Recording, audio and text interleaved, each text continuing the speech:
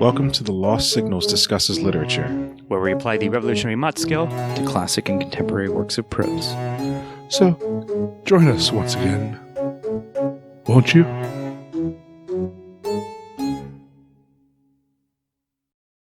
Hello there, welcome back to Lost Signals Discusses Literature, and I am Scott Thurlow, here with my fellow infectee, Jonathan Ian Manzer.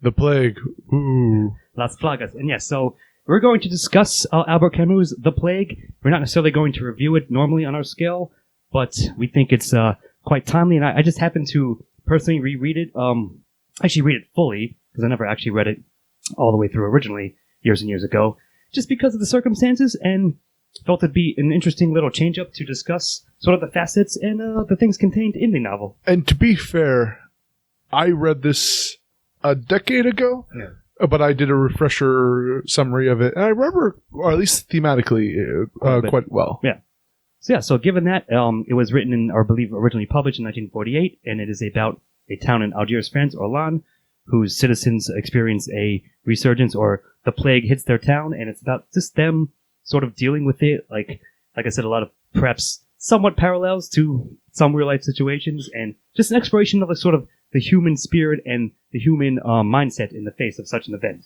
So, well, Camus was very interested in the absurd. Yes, exactly. And perhaps an enemy that you can't see, especially kind of one with such a storied history as the bubonic plague, but that you might think of as a relic of the past hitting, and how people interact with that is a fascinating topic to write about. Yeah, exactly. I mean, I agree. And so, like I said, I probably read part 1 or 2 out of 5, I believe, total, again, many years ago myself, and just sort of happened to glance upon it on my bookshelf and thought it'd make an interesting conversation, or at least to discuss a bit. Very much like certain characters, unless it hits you personally, you're not interested in the topic. Yeah, true. So, of course, I in my younger years, and we actually did review The Stranger many years back on this show.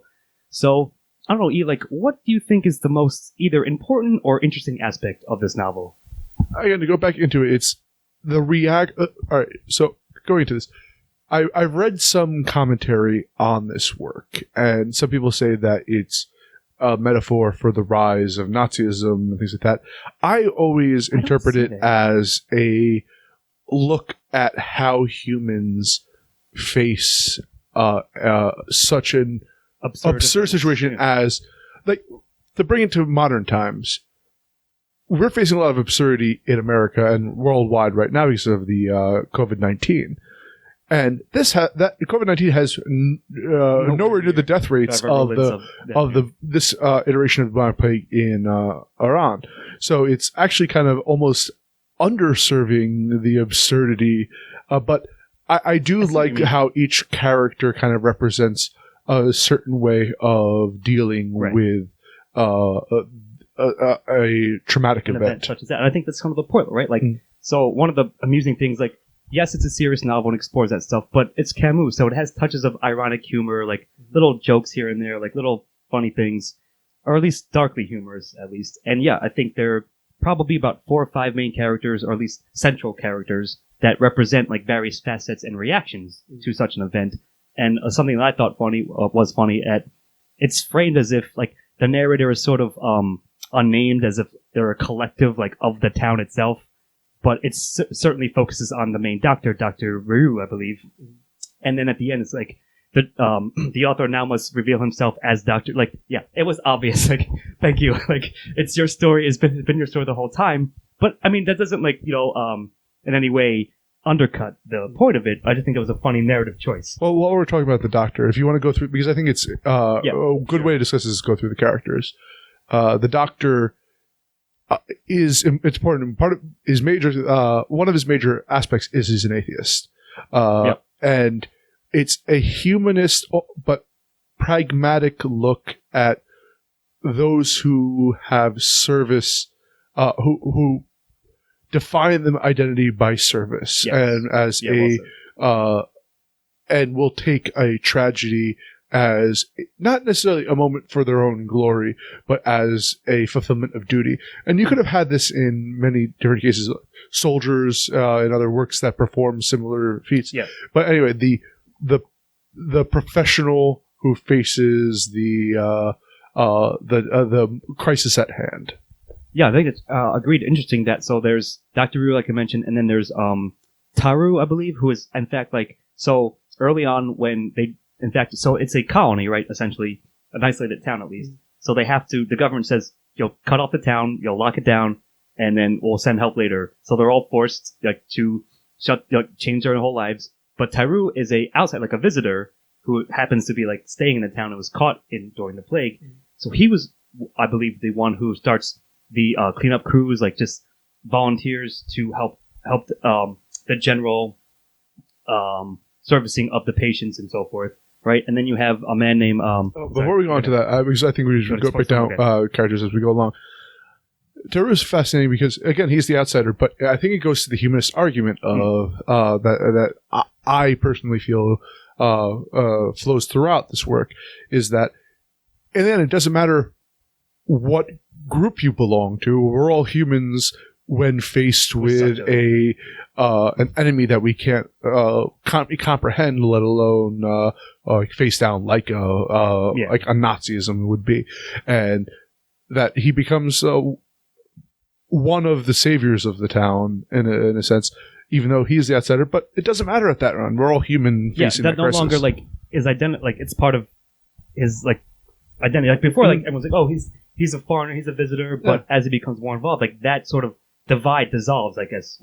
We're saying I think that is an important point to show like the humanistic element, and at least filtered through that character as well. Yeah. So so that's well said, and I'll go on to another name again, the 4 or 5, like I mentioned. The next one I like at least is Cotard, the old man, like sort of bitter old man who early on he's found attempting suicide, and then like weirdly, like I think he's the best in character because as the plague sort of devolves the town and the people's mindset, he starts sort of getting involved in shady smuggling, like illicit goods and providing services, like smuggling people and goods out. At least he's involved in it, so it's heavily implied.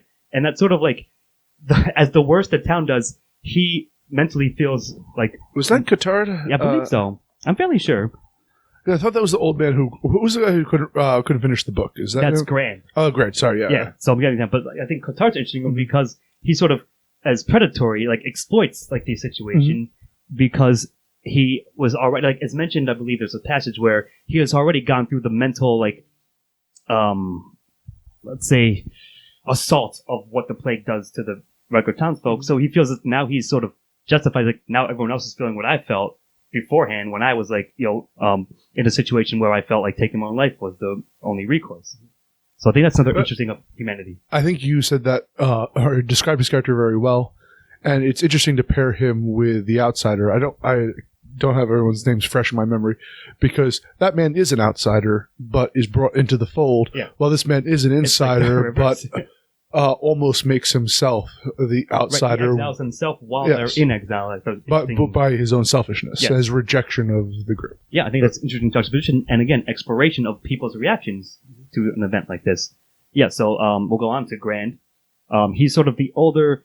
He's been working in town as a official clerk, like at the municipality, pretty much, and he's very good at his job. He's very sort of meticulous. He does the graphs and the charts. So, when Thoreau sort of gathers the group together, he's volunteers to keep track of like the death toll essentially, and the stats and making their charts and graphs so they can track the progress of the disease. But he also has a very interesting personal sort of backstory and history, which goes to the humanistic element in that his great like loss / sorrow / regret is that he has a lost love and he's in his personal project, which is hinted at for the first couple of parts, and then he finally reveals it because of all these central characters form a very close friendship.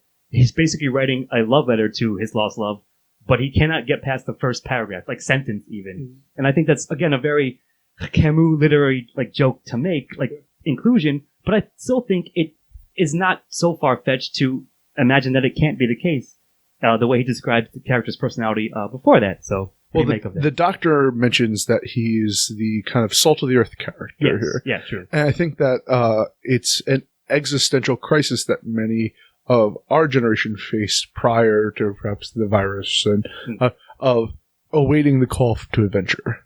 And instead of capturing it yourself and making a legend out of yourself, you're waiting for the... And Grand is a character there who lives a mediocre life, but rises to the occasion when the circumstance presents itself. And probably if the plague had never hit Iran, he would have continued his... doing that. But he gets revitalized by the external call. Yeah, I think that's an interesting point, and I think that is valid, like relevant. Like, I think you could see that Camus was sort of like, if not outright going for that, like was using that as a lens in which to view this character and that sort of mindset and event. And then there's one or two more. Rambert also is the journalist who also sort of technically a foreigner and like a visitor to the town, gets caught there. And I think he's quite fascinating too because he also exemplifies a certain mindset where him and many others are cut off from their loved ones. He has a wife or at least a lover in Paris, in which his only goal, he spends like the first third of the novel trying to escape, like getting like smuggle himself out, like making these plans, getting introduced to shady characters, and it keeps falling through like over and over, and he gets so frustrated. And then it's revealed that someone, I think one of the two characters I just mentioned, says to Rambert that, oh, you know, Dr. Raoult, the main guy who's trying to, like, everyone's looking to for guidance and for help, his wife is also, like, he's in the same boat as you, and he's never complained about it. And that sort of shakes Rambert to, in fact, like, reevaluate himself, and start volunteering, like, being part of the sanitary cleanups and, like, the patient. I think he's a good juxtaposition to the criminal in there, is that they both start off as selfish.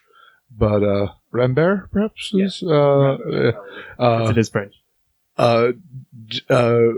Decides to become part of the unit, as opposed to... And the criminal ends up getting punished at the end for being selfish, where... Yeah, I forget what happens to Rambert is embraced, like, and his wife, like, when the plague finally subsides, the death toll goes down. They have enough serum, and it sort of gets.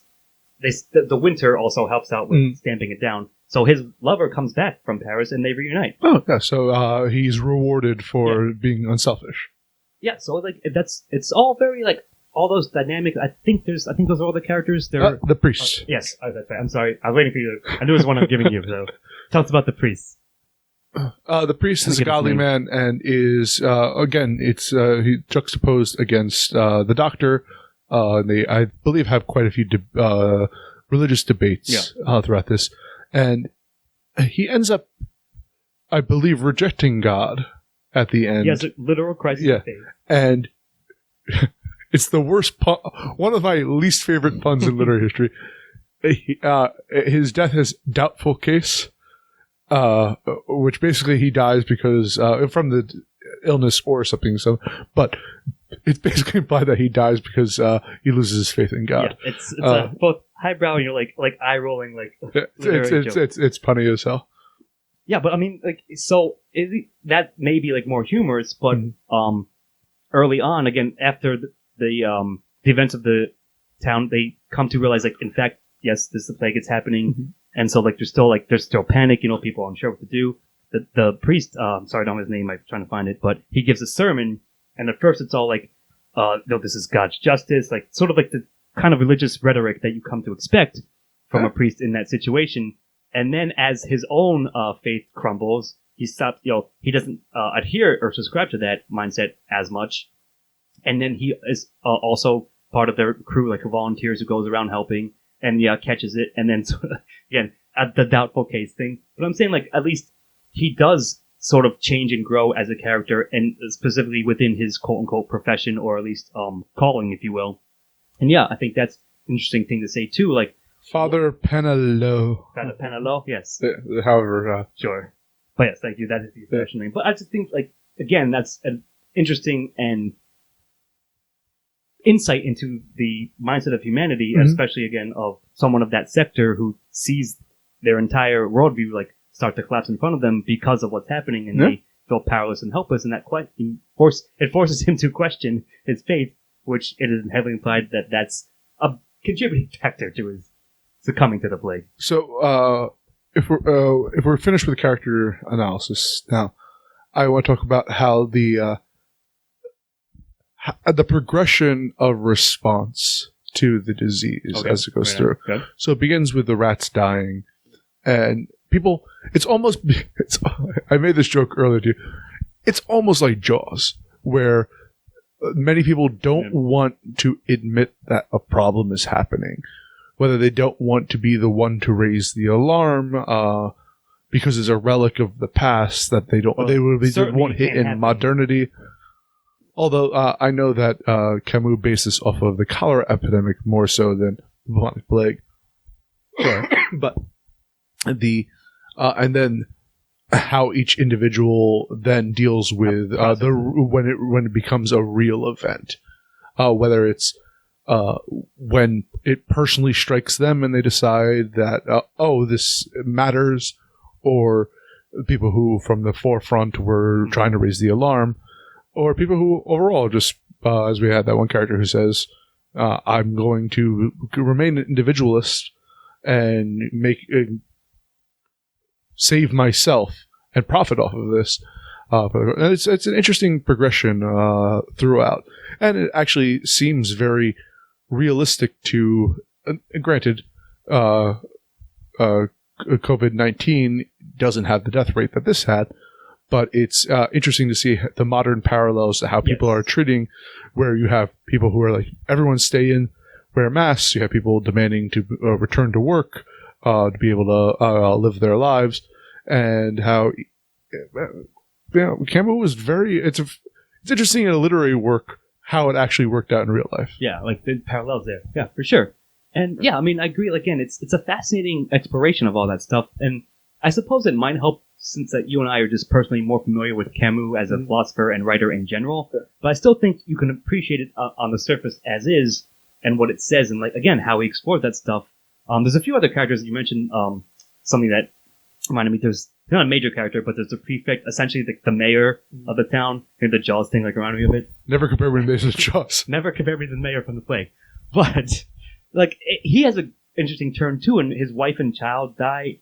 In fact, I think they test the first batch of serum on his son, and it doesn't quite work. And then he has to go in quarantine. And at the end, he survives. He's okay, but he voluntarily stays in the quarantine camp because he's changed by it as well. Like before that, it's basically your stereotypical officious, bureaucrat, but it's, changes his psyche as well. It's almost like the mayor of Jaws got on that boat himself to hunt down the shark. It's all like the actual, like he was face to face with it. So I thought that was an interesting turn and inclusion as well in terms of, again, the broad spectrum of humans and their reactions, as you mentioned, to an event, a catastrophic event such as this, in which there's really no recourse, there's no enemy to fight. You just have to wait it out. So, I don't know. What do you want? There's no, yeah. So, speak of that, actually, let me ask what you make of this. There's a large section in which the narrator / who we know now as Dr. Rue sort of describes like the general lethargy of the town. Like, again, it almost goes through like broadly the stages of grief. I guess I want to say is the closest comparison. Oh, that makes sense. So there's this one where like they're like accepting of it, but also it just like it's like the gray days match the mood and misery of the people, in which time has ceased to exist for them. They no longer reflect upon the past, nor are they looking to the future. So I feel like that might be somewhat of a parallel you can draw to some people's feelings of what's happening now as well. But I mean, I think it's because it's so broadly humanistically applicable. I think it's a very well like insight, a good insight. So I have an interesting personal experience I'm going to share here. I had I'm a teacher, and we had a meeting for one of the few meetings we've ever had during the semester to discuss it, and we were talking about everyone's doing during the COVID thing. Someone's like, both me and my husband had gotten it, and we recovered from it. It wasn't as bad. And like we're all kind of like being like, congratulations! And then we find out the person in my screen who was next to them on the Zoom call lost their brother and sister to it, and the mood. Like it's interesting how the more personal it becomes, the more immediate it becomes. The effect it has upon the. And I think that's again, this is what a 50% death rate in the plague, something like that. Yeah. Like. that means everyone has a person they know who passed. And I mean, it's heavily implied to be like a closely, like a larger but closely knit town. So like, it's like all the neighbors know each other, right? So like, oh, I used to go to this shop or cafe all the time, and then it's closed up because either the person is dead or in quarantine. So yeah, it explores like that sort of decline, but yet there's still like a very well sense of close knit community, even if there's some suspicion or like mistrust amongst the people. Well, I mean, people aren't perfect creatures, and I think that, I mean, even if you look at the historical aspects of the Black Death, how you would have people who became pure hedonists, you have people who would go around flagellating themselves because to make up for the punishment of God. These are extreme reactions to tragedy, and attempts to control something that's uncontrollable. Yeah, I think that's a really good point. I think we can explore that a bit because, as I mentioned, the novel touches upon that, where people try to hold on to anything that they can control, even if like they know, like really in their heart of hearts, it's really, there is nothing to control. You have no hold on this. Yeah. It has a hold on you, really, instead.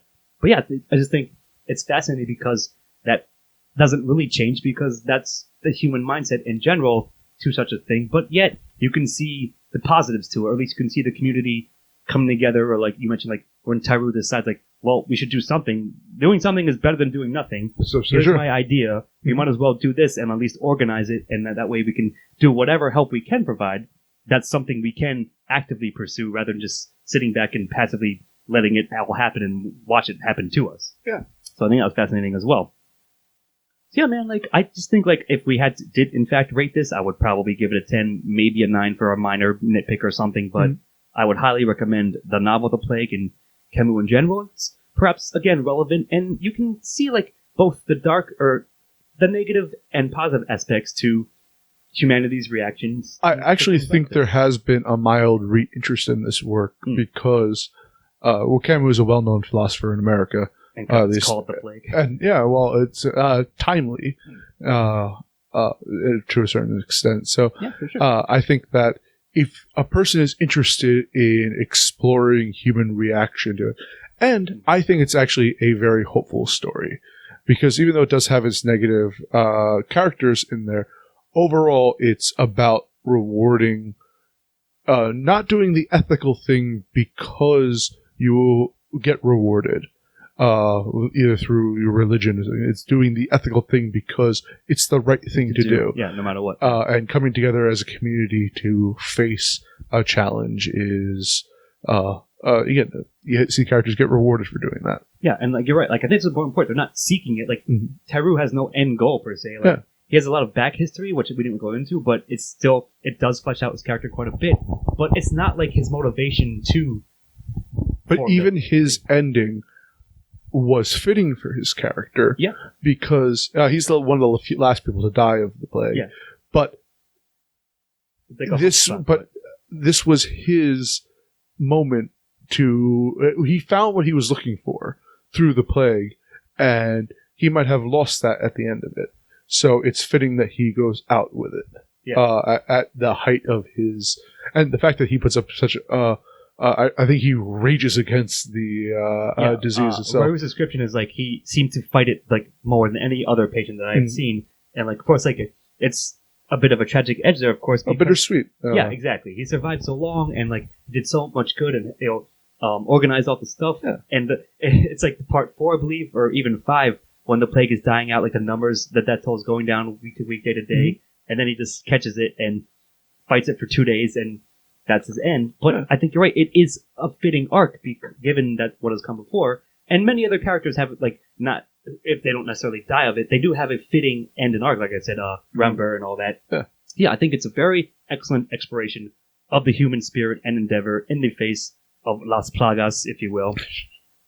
And yeah, I think we both highly recommend it. And I certainly do. Yeah, I actually recommended it to you a while ago. That's true. And like I said, like, but it took again an immediacy to for me sort of spurred me on it. But I'm saying like maybe as a PSA, just general recommendation, given that it's happening now.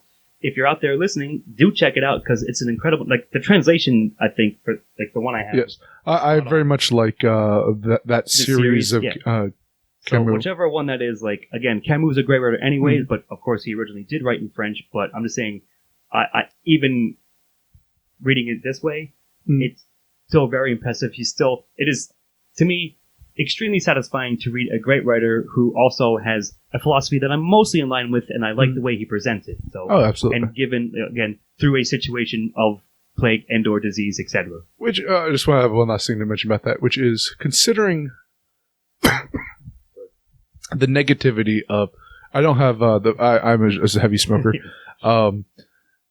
Considering the negativity they had in things like the Myth of Sisyphus and in The Stranger, to have him write a hopeful, a call to action almost for facing unknown is heartwarming. It's almost the reverse of Voltaire, who falls into starts off hopeful and falls into complete cynicism and It's depression. somewhat invigorating to have that. Like, it has its highs and lows, but it does end on a more positive note in general, and characters having learned something about themselves and their reaction and place in the world. And let's be here. You have nothing else to do. You're watching this podcast, so go read. And actually, it's a quick read too. It's like less than 300 pages, something like that. And I read it like in a week or less, so depending on your pace. But yeah, I think it's something that's relevant and can maybe, like, on the surface, you might be like, I can't believe reading the plague. Like, haven't you had enough of it? Can't you take any more? Like, actually, it was rather again an uplifting experience at the end of the day. And you can start placing all of your friends into what characters they're playing in this. That's a fun game as well, for sure. So yeah, I think that'll do it. Like, just nice little conversation about the plague. And if anything we said appeals to you, do check it out and check out Camus in general. Or if you disagree with our interpretation, feel free to yell at us in the comment section. Yeah, exactly.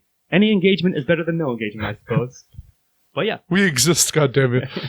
We are here, and we do not have the plague, but we have read the plague and discussed it to a degree. All right. So I think that'll do it.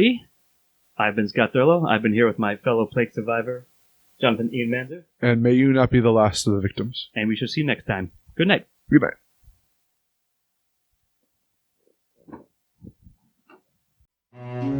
Editing and engineering by Jonathan Ian Manser. Music by Christopher Morgan. Check us out on YouTube and iTunes for the shows, and on Facebook and Twitter for updates.